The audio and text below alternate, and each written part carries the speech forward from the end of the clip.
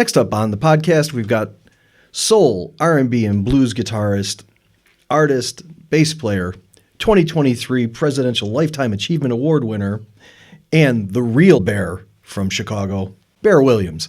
Good to see you. Good to see you too. Thanks for having me. How you doing today? I'm good. Yeah. Are you a Chicago native? I am. Born and raised. Where'd you grow up? Southside Chatham, All right. 79th and Langley. That was my stomping grounds. Yeah. 51st and Pulaski, so it's not just so south side. Oh, yes, indeed. Yes. And so, did you grow up in a musical household? Yes and no. And I say that because we, the kids, were musical. My aunt that raised I have three other siblings older than me, and we all had in our own way. We loved music. My aunt loved music too, but she was not a singer or anything like that. But she had the hi-fi. Okay. Boy, I'm really dating myself. RCA. Yeah, man. Lift top. The whole console. Weighed a ton. Don't you dare touch it while I'm not here. And she had the Spaniels. I remember the first Tom Jones album coming into the house. Various other groups. Would be on the record player, and then the radio would be on because my two older sisters would be playing constantly, and my brother played drums in high school, and so it was kind of musical, yes, but not. I was the only one that ended up going into it professionally. Okay. And did you play together with your siblings as like a family band? No, we never did. We never did that. No. Well, I wonder what would have happened if we had. So what was your first instrument of choice? My first instrument of choice, I started piano at age 5. Okay. Reason being, my aunt had bought my sister Diane a piano. She seemed to be interested in it and took lessons, lost interest. Mm-hmm. She lost interest. So the piano was sitting dormant at the house. I got the piano lessons when I heard on the radio Ramsey Lewis's version of "Wading in the Water." Wow. Okay. So I guess at 5 years old, I started climbing up on the piano, banging whenever I would hear that song. And so my aunt recognized. She's like, "Oh, well, let's give him the lessons." Right. He's drawn to it, so why not? Right. So she enrolled me in Line and Healy downtown, and I did the lessons, and I had a teacher on my block as well. That I would go to, I think, every Tuesday and go. But I did it for a while, and it bored me because I kept wanting in the back of my head. I'm saying, okay, so when do I get to play like Ramsey Lewis? Right. This is what's that? That's not what this is. I wanted to play that, so I lost interest in it. And interestingly enough, I also. Went talking to Lee when you were talking to Lee. I also went to the Art Institute. I also studied drawing and painting. Though. Oh wow! Okay. But yeah, so it was like my Saturday was full because I'd go Line and Healy, and then I'd go to Art Institute. But anyway, long story short, that was the beginning of it. I dropped the lessons with the piano, and I don't know, maybe a couple, 2-3 years later. I saw Jimi Hendrix on television. Oh, wow. And I was like, Ruby, let me that. What's that's that? It, that's it. The guitar, that's it. Right. And she's like, yeah, I got this piano sitting over in the corner. Nobody's taking off with. So, but you can't carry the piano around. She's like, let's just wait on that for a while. And it was probably, I was around 12 years old or so. Went by my brother's apartment and was hanging out with him on a weekend. And I noticed over by his mantle, his fireplace, he had a guitar. And I was like, wow, this is really cool. I went over and started messing around with it. And so it was time to get ready to go home. And he was like, don't put that back in that court. Take it. Take it home. He said, it's just Jack and Rachel. I'm not playing it. So I did. So I took it home and started picking with it and working with it. And then my sister Diane, interestingly enough, the one with the piano lessons initially, she bought me my very first album. Okay, what was that? Which was the Superfly soundtrack. Oh, wow, nice. Curtis Mayfield, Chicago's own. And so I put it on. in my room and was trying to pick out the guitar parts, trying to teach it. But the bass parts were so prevalent. Sure.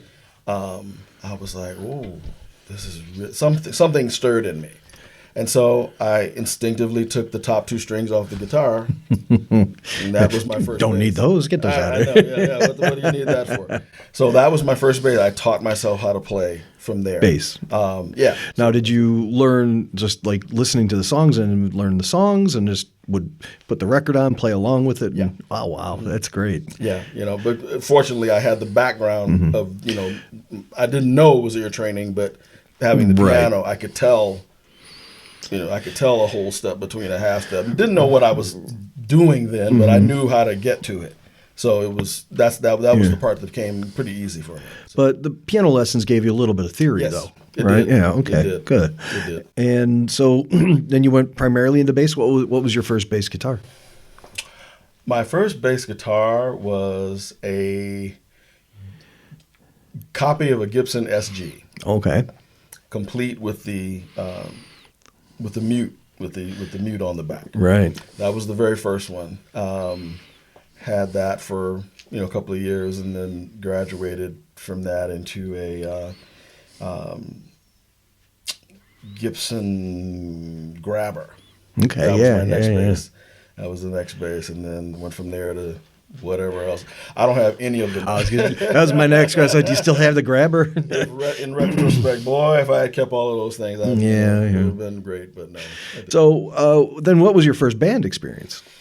Oh, well, that would be in high school, probably age, I'm going to say 15, non-professional. That we got together, some guys that were in the concert band, and we formed our own little group, and we called it JNS Unlimited, and that was Jazz and Soul Unlimited. Okay. So because it was the concert band, we had a full horn section and a rhythm thing, and then vocals too. So we used to practice in my buddy's basement, and so that was the first thing. Never had a gig. We never had a gig. Yeah, but that's good training, though, man. No, yeah. I'm sorry. We did a couple of assemblies at school, but that was about it. That was about it. Next thing, as far as band stuff was concerned, the next thing was 16 years old, playing professionally with my high school band director's big band. Oh, boy. Outside of school.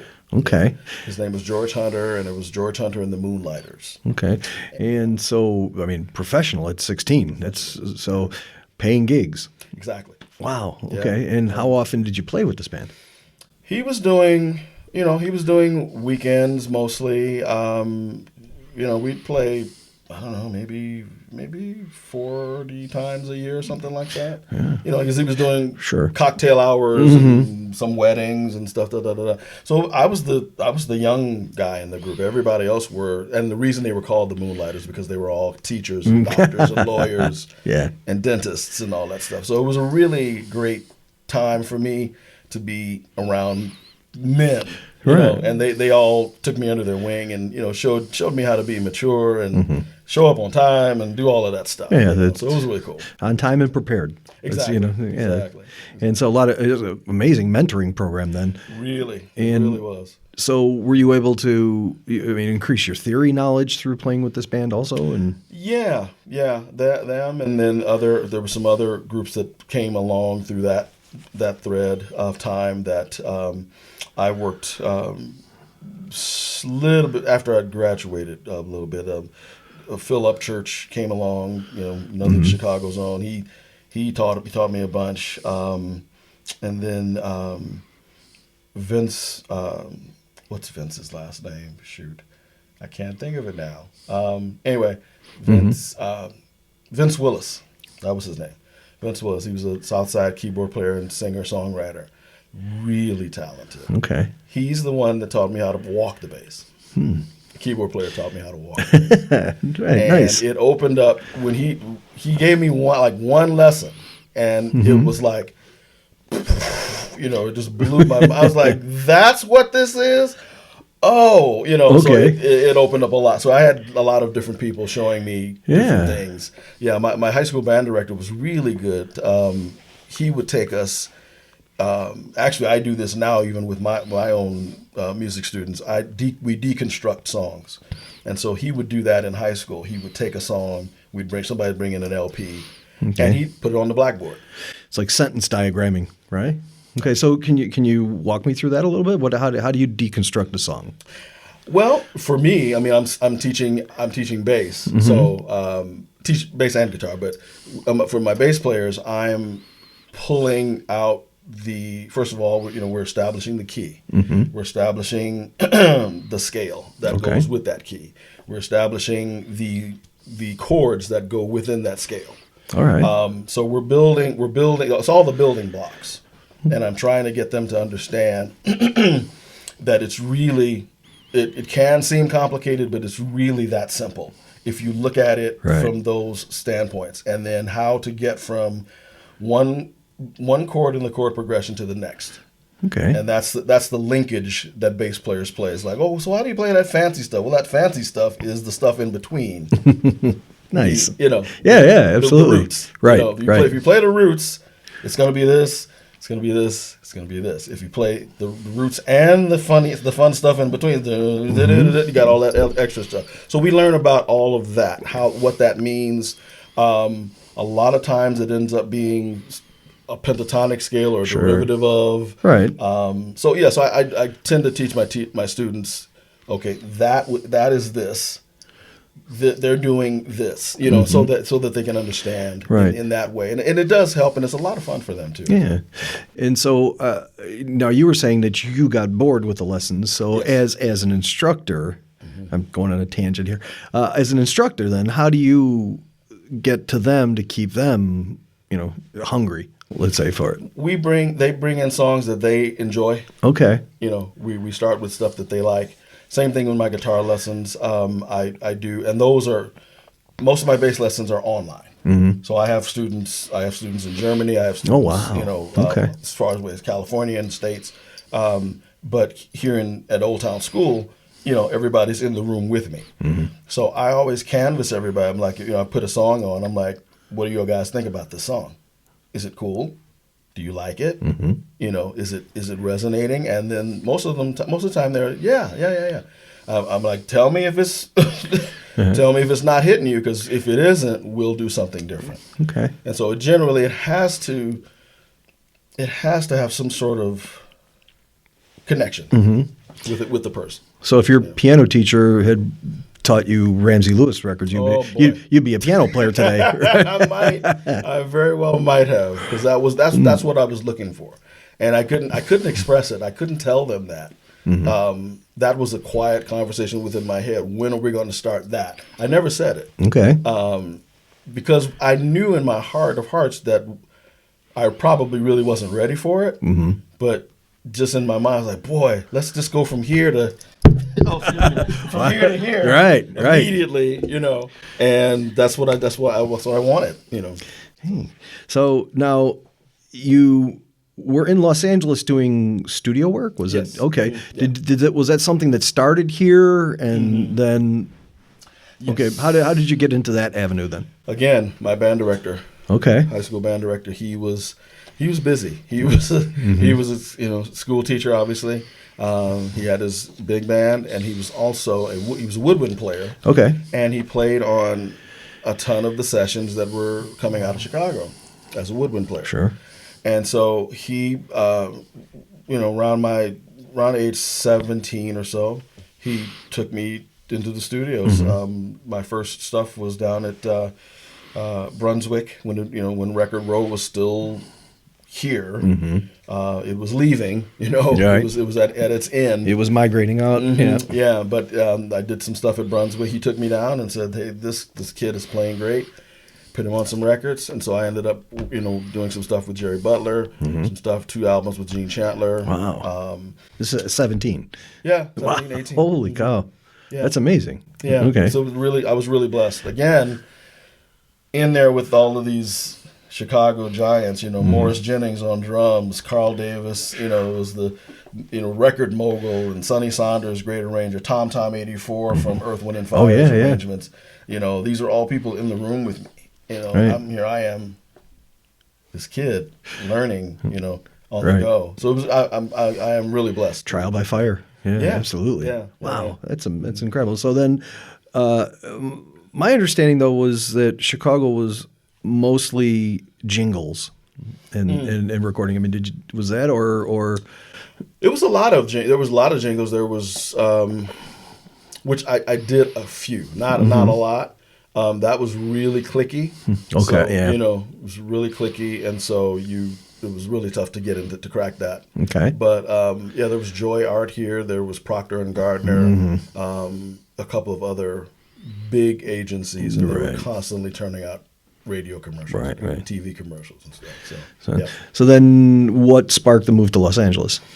Just big fish, small pond kind of thing, or? I think I had at that point. Well, actually, prior to leaving, I had gotten my first road gig after the Staple Singers stint. That was my very first road gig for 5 years with them. Then I came back to Chicago, did a bunch of stuff, and then around 1990, I got called to do Anita Baker's compositions album. Wow. Okay. From there, came home and actually was living in Elgin.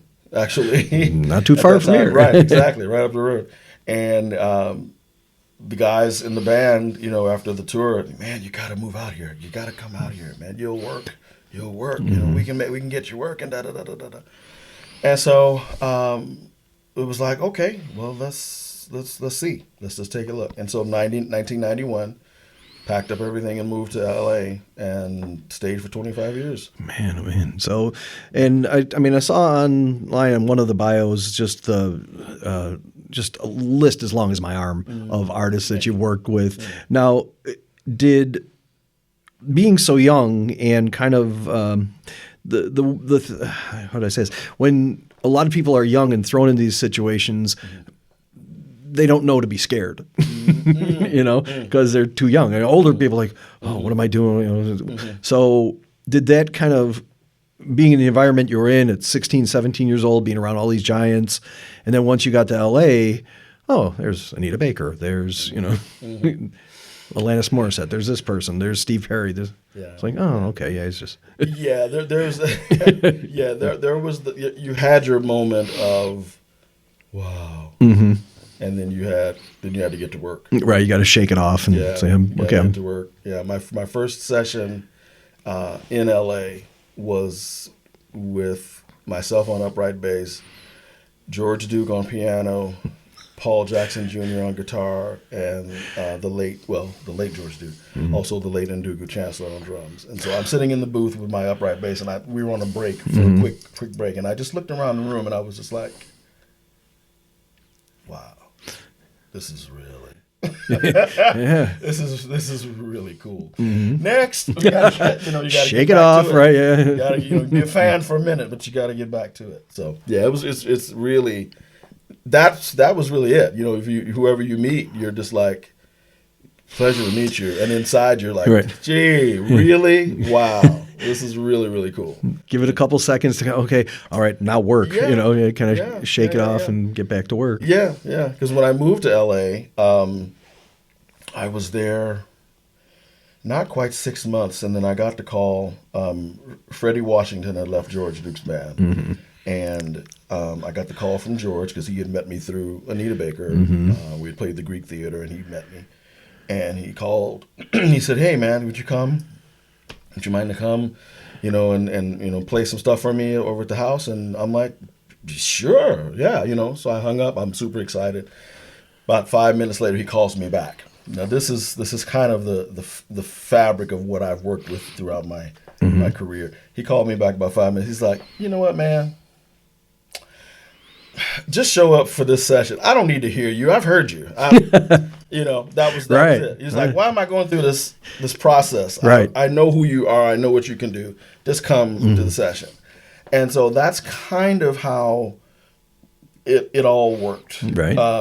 Once you kind of got in, people knew what you were about. They called you for who you are. They wouldn't give you that. There was no trial. There was no free trial or whatever. they knew what they wanted. They knew what to get it out of that particular person, so they called you. Okay, and you had your chart reading down. You had all that. That was all. Yeah. Wow. Yeah. So you were prepared to do what you needed to do, and that groundwork was laid here in Chicago. Okay. And did you primarily play stand up out there, or? No, mostly 5-string. Okay. Electric bass. Mm-hmm. Ah, mostly nice. 5-string. Yeah. Okay. And then when did you come back to Chicago? 2016. 2015.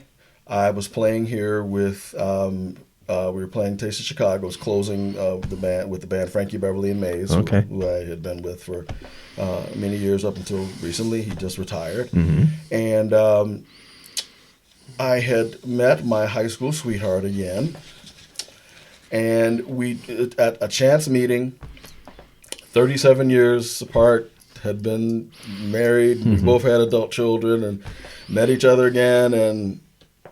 This is one of those things. Sparks will fly. It Yeah. happened. And so I moved back here in 2016. Okay. Yeah, I've been here ever since. Oh, okay. Yeah. And okay, so you mentioned Frankie Beverly and Mays. So how did you get the job as musical director for that?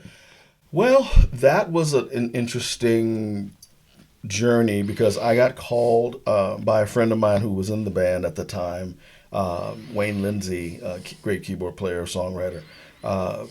He suggested me to Frank for their album that they were working on in '93, which was called Back to Basics. So that was my first time. I flew up to the Bay Area, Oakland area, right? And that's where Frank lived, and he was recording in his home studio, and I met him, and we hit it off, and I played on the record, and that was it for a while. I would go see them every chance I got when they came to California. I would see them, and it was really a thrill to hear my stuff being played on stage. It was a thrill. It's like I played on that record. Yeah. That was really cool. So I got to know the guys in the band, and then it was a few years later. That was like 2001. Fast forward, I got a call from one of the other guys that worked in the band that I knew for years and years, also another Chicagoan, Michael White. And he said, "Hey, man, Frankie's holding auditions. Robin Dewey is leaving the band, the original bass player. He's leaving the band. He's going on a solo thing." And I'm like, "What?" He's like, "Yeah, man, give Frank a call." So I called him. I said, "Hey, listen, I'd love to come and audition, for the group." And he was like taken aback. He's like, "Really?" Because he knew I was down in LA doing sessions, right? I'm like, "Yeah, no, I think I know what you need. I think, Robin's left. I think I know how to replace that." Right. And so he's like, "Sure, no problem. So, I'll have you talk to my assistant and we'll fly you up and everything." And yeah, I went up and auditioned with the band, and pretty much here's another thing about being prepared. I knew everything already. Right. Nice. They were one of my dream bands anyway. So I mean, of course, I rehearsed prior to going up. I crammed. Yeah. But everything they would call off, I played it. Everything. And they were all like, "Whoa," because they had. I was not the only bass player. They had a slew of guys come through, and they were just like, nobody knows it like you do. Yeah. Wow. And so he offered me the gig that day. Wow. And he's like, "You sure you want to do?" I'm like, "Man, are you kidding me? Okay. This is an iconic R&B band." I'm like, "Of course. So yeah, so that was, I did it and got the gig. Okay. And now, was it strictly playing bass, or now how did you get it said also musical director? How did that happen? Well, I was playing bass initially, and then I guess it kind of happened by default. Okay. And by that I mean, I noticed, I guess, that no one was directing. Right. Nobody was filling the role of that. And okay. so I started just naturally doing that, and then Frankie, he noticed that and made the acknowledgement that hey, we'll he's going to be the musical director. We're going to let him follow his lead. Start. Count the songs off. I'm looking at Frankie. I'm watching Frankie. I'm hearing him. And if he decides to go here, we got to go. Right. Follow. So him. it just became that kind of a thing I think by default, basically.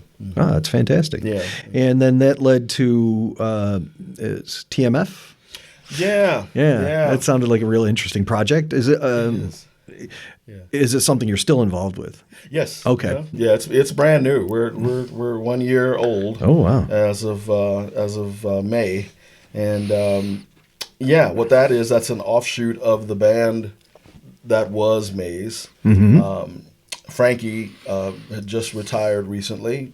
Actually, his last show was at Essence Festival about a week ago. Wow. And so he's now retiring, and so the band, we decided that we wanted to continue on. Sure. And we were looking for a singer, and it turns out that a dear friend of mine, old friend of mine, Chris Walker, was during the pandemic, he was releasing songs online to lift people's spirits. Sure. Really, really wonderful, giving guy. And he happened to do a couple of May songs. One of them was We Are One. Okay. Well, our percussionist, who was one of the founding members of Maze, matter of fact, he came up with the name Maze, is Rome. His girlfriend, fiance, saw it online, saw Chris on Facebook, and she was like, "Oh my God, Rome! You got to hear this guy," And so he's flipping out over it. He sends it to me, and I'm like, "Oh yeah, that's Chris. I know Chris." And he's like, "You know him?" I'm like, yeah, I'll call him. I've got his number. And so, like I said, we were looking for someone to take that lead spot, that front man spot. Yeah. And I called Chris. He was having lunch that day, and we hadn't talked in some time. I mean, being a musician, you could not talk to somebody for 7 years and call them up and fall right in. Yeah.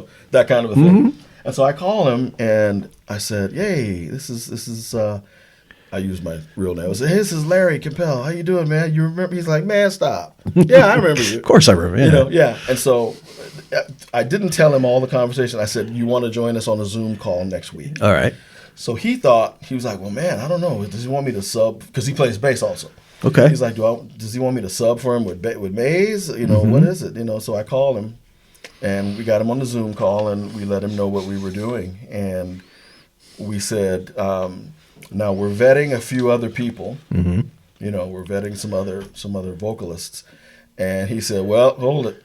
You can stop all of that. You can stop all of that. I'm gonna be the guy. I'm the guy." And so he was. He was. He is. And so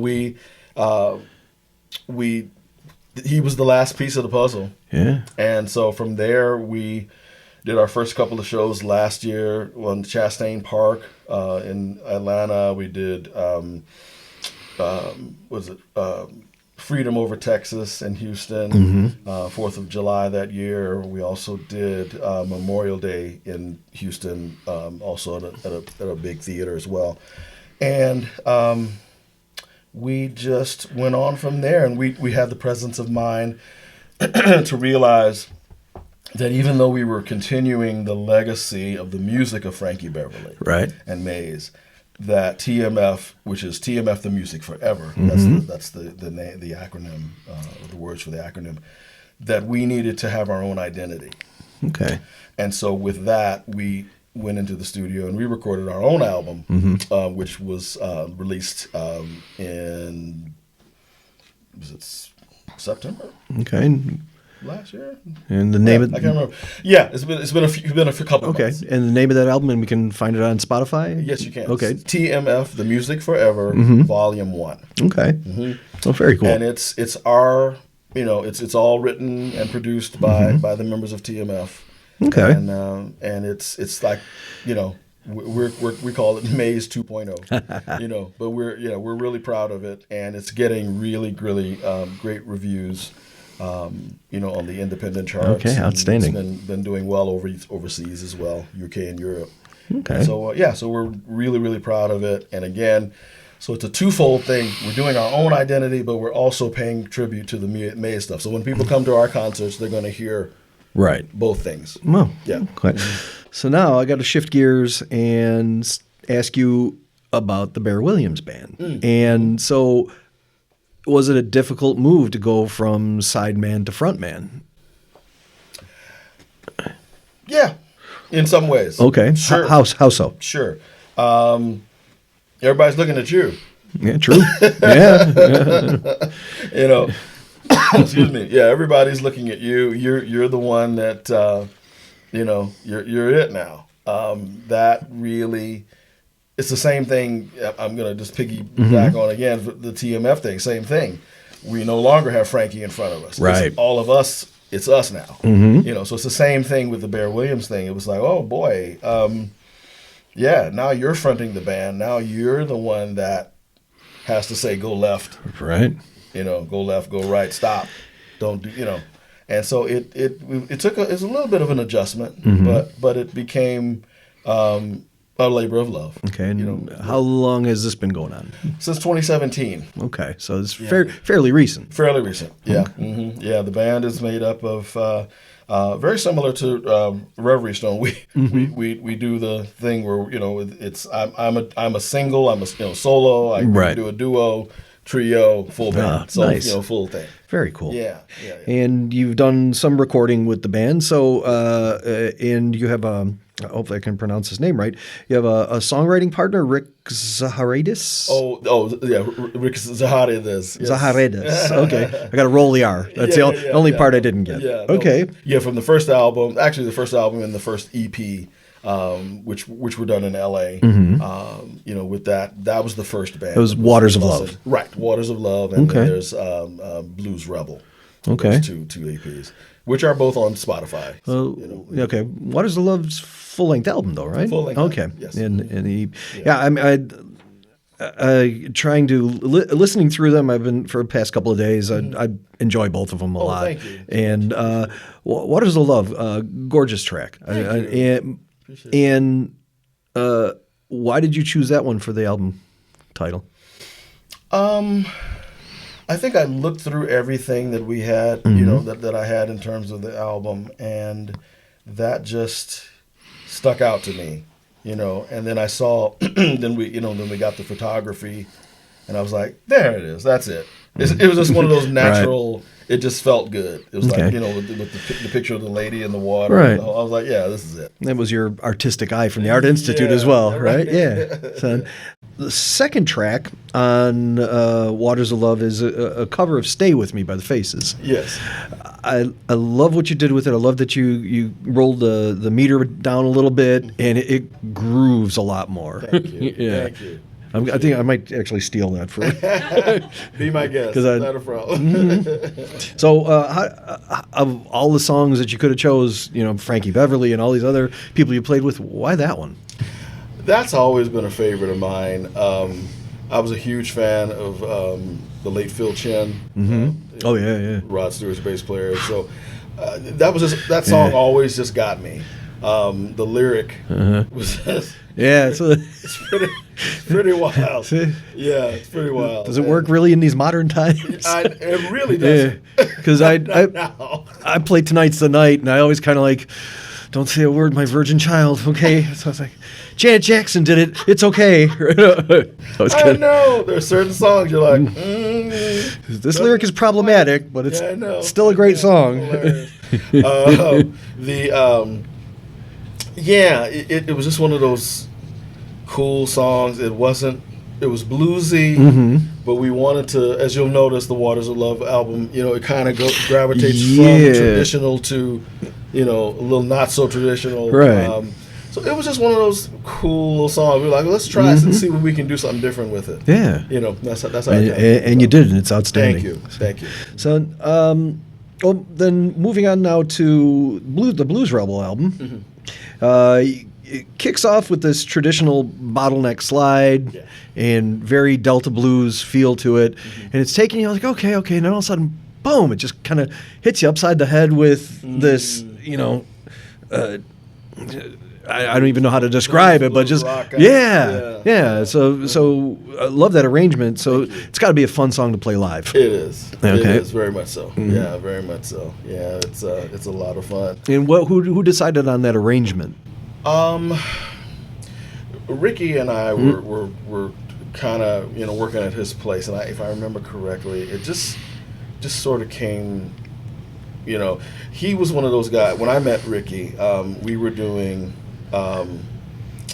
a casual wedding, and never met him before. First time I had been on the bandstand. When somebody called, when the band leader called out "Honky Tonk Woman," okay, and he turned his guitar on and played that thing like.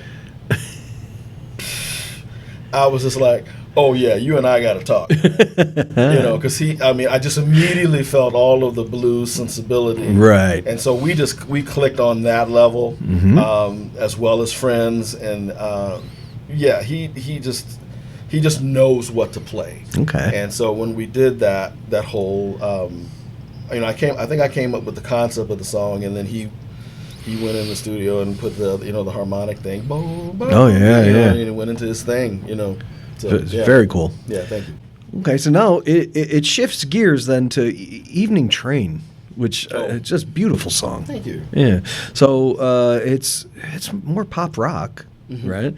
And when you compose a song, are you drawing this from all of the session work that you've done and saying, "Oh, I've played this. I know how to do this. I know how to do this"? Is that where the composition comes from? That particular band, the ones that did the Blues Rebel and the Waters of Love, that group again was formed in L.A. That's Ricky, who is from L.A. Latino from L.A. We've got my drummer Herman Matthews, Houston boy. Okay. And then rounding it off, keyboard player, and who was also instrumental in a lot of the songs. That was Billy Steinway from Milwaukee. Okay. So we all kind of had this, this little mishmash of regions, right? That we all just kind of pulled it together, and it just worked. Everybody's drawing their influences in, and yes, it's a gumbo of music. Exactly. So I came up with an idea, and then maybe Ricky would come up with something, and then Bill would add his 2 cents, and then of course Herman would with his Houstonian drumming would just with the laid back whole thing. You hear it, right? Oh yeah, absolutely. They all just put their icing on it, so it's really cool. Yeah, and so. Listening to your stuff, and all of a sudden, I guess I couldn't find. All of a sudden, Clear Blue Sky popped up as a video only. I didn't see it on Spotify or anything else. And what a great song! Thank you. It's the lyrics are both a little melancholy, but also really uplifting. So, how did that composition come about? That one came about kind of an interesting way. I was at one of my guitar players' solo shows at Epiphany Center for the Arts. That's Bill Brickey. Okay. And he was playing something that he had written, and I can't remember what the song was, but I just sat there and I was kind of mesmerized by it. I was like, this is really interesting. And so I went home that next day and just started fiddling around, and then I just came up with whatever I was working on ended up morphing into that guitar thing that I'm doing. Right. And then the Clear Blue Sky just came out of Clear Blue Sky. Okay. And it is an interesting thing. It is melancholy, and then I must say that one of my sister's husbands passed away suddenly it's been 2 years now, I think. That's my brother-in-law Butch, and my sister asked me to sing at the wedding, at the funeral, at the memorial, and that was the only song I could think to play. Okay, so that's why it has a special spot, and it's video only. And I had no idea that everyone. My sister called the next day, and she's like, everybody in the place was crying. Oh, She yeah, was like, sure. this was just, so it's become my brother-in-law's song. Yeah, so, it's owned by him now. yeah, it is. Oh, that's beautiful. Thank you. Okay, so I got to ask you about a couple more songs I saw online. Okay. A turtle, a lion, and a giraffe. Having done kids' songs and kids' music projects myself, it's amazing. Thank you. Thanks. So, Appreciate it. is this a new avenue that you're pursuing, or? Well, it ended up being it's grandkids. Is what okay. It is. The world of grandchildren. I have three wonderful boys. Tavi, Ty, and Elijah. Okay. And Tavi is 3. Ty is 2, and Elijah is also 3. And when I came up with that one, it was kind of an homage to all 3 of them. Okay. So yeah. So Tavi is the no. I'm sorry. Ty is the turtle. Okay. He's the little guy. Tavi is the lion, which is his personality. Right. And AJ is Elijah is the giraffe. Oh, very cool. So yeah. That's nice. Well, it's a different kind of a thing. My right. wife keeps encouraging me to do more. Yeah. And I do want to do more. But yeah, that's what it's from. Yeah, that's where it came from. The inspiration came from. It's all very, very fun because at first when I was looking through the Spotify list, it said also by this artist. I'm like, no, that can't be right. That's got to be something with the algorithm. I was like, no. And then I went to other sources. I'm like, yeah, that's him. Like, oh, outstanding. Yeah, very cool. Thanks. So one more question I have for you is also just I saw also a video about your inspirational tips and your goal setting. Can you talk a little bit about that here, of how that came about, and maybe kind of give us some tips on how to set goals? Sure. The whole thing with me, again, started with all the great mentors that I've had, I think, throughout my life and career. It's just, a lot of it is just kind of common sense stuff. Sure. But for musicians, I suggest, you get out of your gig what you put into it. Right. If you're walking on stage, somebody had a TikTok the other day where the person had just listened to the music on the way to the gig, and the music was super complicated. Boy. And the person was like, "Oh yeah, I saw that." You see? They're like, "Oh no," Right. because you were too lazy to look at it prior. Right. That's the kind of thing I'm talking about. It's funny, but you really got to be prepared. Right. Prepare as much as you can, Well, and then you're not all hung up, and then you can flow. Yeah. You can flow. And so that's one thing, being super prepared, trying to be as prepared as possible. The other thing, punctuality. Right. You got to be on time, be early if you can, to be, again, ready and not in that headspace of, right.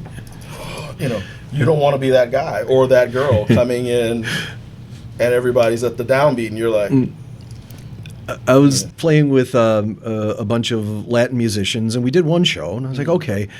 I showed up, a couple minutes late, 5 minutes, and and everybody's tuning up, and then we got called to do another show, and they said, oh yeah, our friend, a keyboard player, is going to play with us. I showed up again, same time. They were all at noon, tuned, ready to go. I'm like, what's going on here? And then it's like, it's like, oh, now I know on time is early. Because then I was scrambling to plug in, tune up, and get ready to play with them. And I was like, it takes you out of your right headspace. And the other one that embarrassed me was I learned one of the songs in a different key, and I started, and the keyboard player looks at me. He doesn't know it. Move on. Boy. And that was a lesson. So never again. I was like, from Keith Richards' book Life, On Time and Prepared. Those are two things and Keith Richards follows those. Oh, okay. Exactly. Exactly. Yeah, those are two things. Practicing. Your musicianship, listening to everything that's going on in the band. Right. Training yourself to listen to everything that's happening. You know, knowing the song, not just your part, the melody, everything that's going on. It's like a great actor knows everybody's part. Sure.